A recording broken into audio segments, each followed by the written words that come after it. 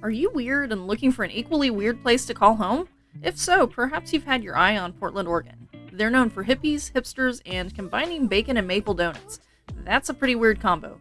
But Portland isn't the utopia some people have imagined in their minds. There are quite a few cons to living in this city, so let's take a look at 8 reasons not to move to Portland. Number 8. Drugs. First off, the state of Oregon has legalized marijuana, so this could be a con or a pro depending on the individual, so that's something to keep in mind. But the real problem is with illegal drugs. To say that Portland has a drug problem would be an understatement. According to the National Survey on Drug Use and Health, Oregon ranks as the worst state in the nation when it comes to addicted residents. 9% of the state's teenagers and adults have an illicit drug use disorder.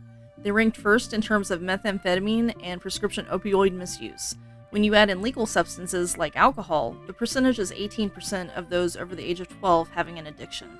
That puts Oregon in the second worst position right behind Montana. On average, more than 300 people die from overdoses every year in Portland.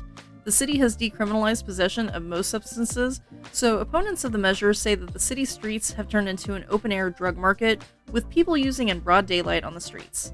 If a person is caught with those types of substances, the punishment is a citation not to exceed more than $100, and if they call a health hotline, the charge will be waived. Some residents say that this just gives people permission to do what they want. Number 7. Crime. Bigger cities have more crime. That's just how it is when you have more people, but sometimes the city has way more crime than expected. That's the case with Portland. Crime rates in the city are 78% higher than the Oregon average and an astounding 124% above the national average. Each September, the FBI releases their report on crime for the previous year, so right now the data available is for 2020.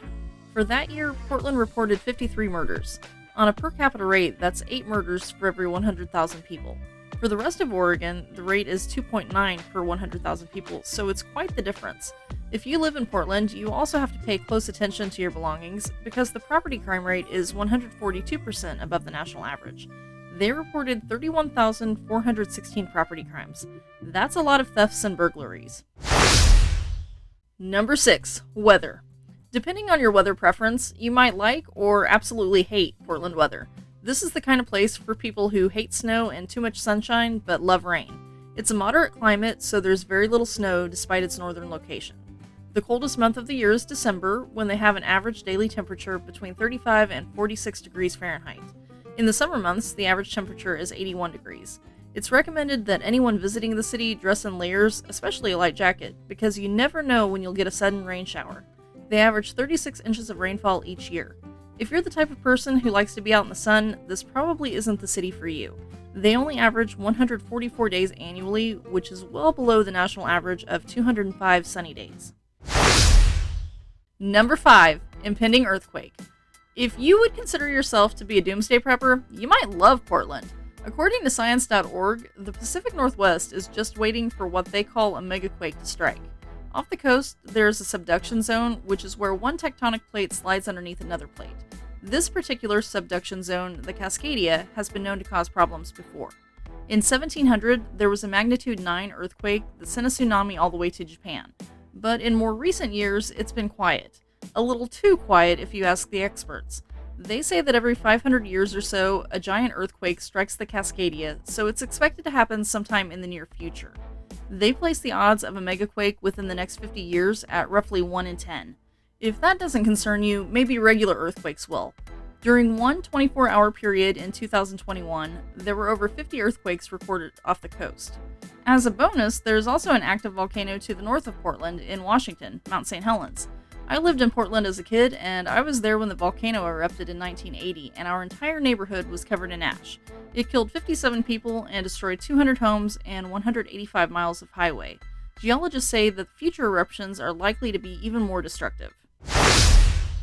Number 4. Homelessness and expensive housing. In a city where the median household income is $73,159, the average home price is an astonishing $511,150, according to brokerage firm Redfin. Housing costs are 53% higher than the national average.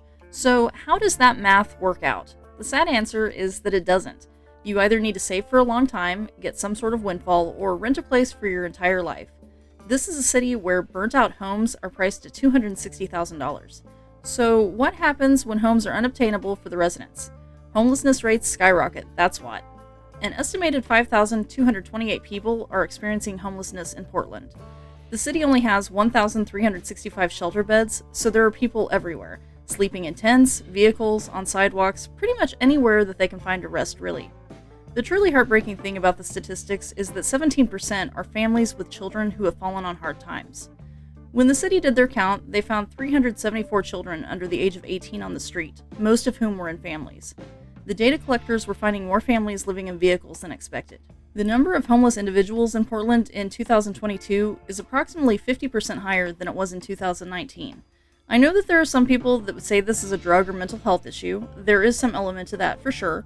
The study found that 38.5% of the homeless population have a mental illness and 37.5% have a substance abuse disorder. However, the remainder are people who just happen to have something go awry in their lives and now they're stuck because of limited availability of housing options and skyrocketing housing costs. Number 3, bad drivers and traffic. Allstate Insurance compiles data on the best and worst largest cities across the country as far as driving goes. This is based on things like the number of accident claims, how many hard braking events occur, how much congestion there is, and a variety of other things. Out of 200 cities, Portland was ranked 181st. They concluded that Portlanders are involved in a car collision every 7 years or so on average, which is worse than the national average of 10 years. One local who wrote about her experience with Portland traffic said that before moving into the city, she was commuting just 15 miles, but it took over an hour to reach her destination. If driving in the traffic isn't bad enough, then once you get where you're going, you'll have to contend with parking shortages. Number 2, you can't pump your own gas. A ban on self-service gas has been in place in Oregon since 1951, although the state relaxed restrictions for rural towns a few years ago. Violators can be fined up to $500 for breaking the state law. This makes Oregon one of only 2 states with this silly ban. The other is New Jersey. However, legislators are considering changing that. House Bill 4151, which has bipartisan support, is slowly winding its way through the legislature. It's gone from the Speaker's desk to the Transportation Committee to the Ways and Means Committee. Right now, it's listed as being in committee upon adjournment.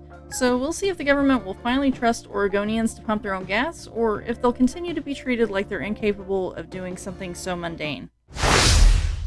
Number 1, lack of diversity. Most major cities have a population consisting of many different racial, ethnic, and religious backgrounds, so it's a little weird that Portland isn't like that. They have 641,162 residents, according to the most recent estimates, but 69.5% of those people are white, non-Hispanic folks. That makes Portland one of the whitest major cities in the US. As for representation of other groups, 8.7% of the residents identify as Asian. That number probably wouldn't be that high if not for the Vietnam War. Prior to the 1970s, only 1 in 20 people who lived in Portland were foreign-born, but in 1976, an influx of refugees arrived at Portland International Airport with the assistance of Lutheran Family Services, a church resettlement organization. Today, 13.4% of the residents were born in another country. Rounding out the rest of the population, 5.9% identify as Black and 9.8% as Hispanic or Latino. If you've made it this far, I have 2 bonus reasons for why you shouldn't move to Portland. First, did you know that Portland is the only major US city to reject fluoridated water? They've struck it down 4 times since 1956. I couldn't find any data on the dental well-being of the city dwellers, but it's something to keep in mind. However, the people who live there say that their tap water tastes better than other cities. And number 2, you can only buy alcohol in specific places. In many states, you can just go to your local grocery store if you want to imbibe, but the state of Oregon has a law that says liquor must be purchased at stores operated by independent contractors overseen by the state's Retail Services Division of the Oregon Liquor and Cannabis Commission. In urban areas, such as Portland, that means you'll have to go to a designated liquor store. In more rural areas around the state, you'll find some vendors that sell other things, like hardware stores who also have alcohol on the shelves. This isn't a huge deal, but it's something to consider if you're a regular drinker. I hope you liked this video. If so, hit the thumbs up and consider subscribing if you haven't already. Thank you so much for watching. Until next time, I remain stuck in the cornfield.